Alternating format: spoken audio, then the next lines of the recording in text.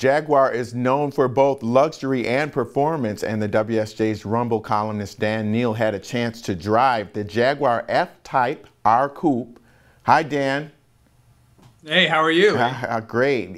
You know, I know you've driven a lot of souped-up cars, so you're probably not easily impressed. That said, what are the design choices that make the Jaguar F-Type stand out?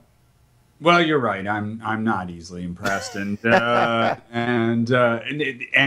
mainly because, as I say in the story, you know, I've driven a Porsche 911, and they're kind of the perfect sports car, and certainly the benchmark for a personal fast car. This is an interesting car because Jaguar, owned by the Indian conglomerate Tata now, really is into a place where they're doing open field running. And this is a reach, the F-Type is a reach into a whole different market segment for this, a small sporty car. This car competes with Boxster Cayman on the low end and Porsche 911 on the middle. Corvette is also sort of hanging in the shadows, being cheaper and at least as fast as the other two, but you know they're lifestyle choices as much as machines. Okay, the base coupe sells for $65,000, but the version you tested was about $105,000. So that's the hottest version, the 5-liter. Tell me about that one.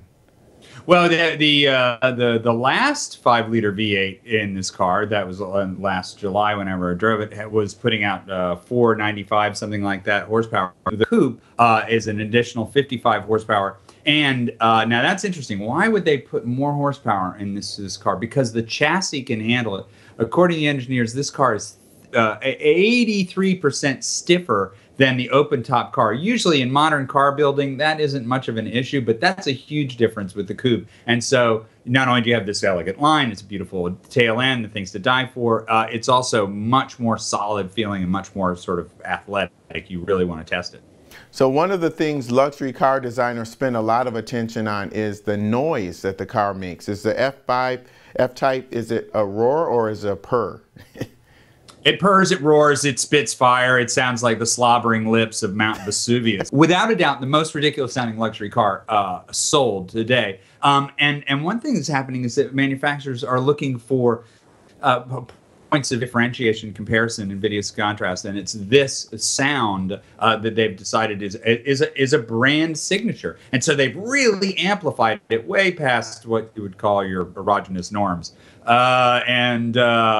I love it, but I don't know that I would live with it forever. So my advice is, Jaguar, marry the Porsche.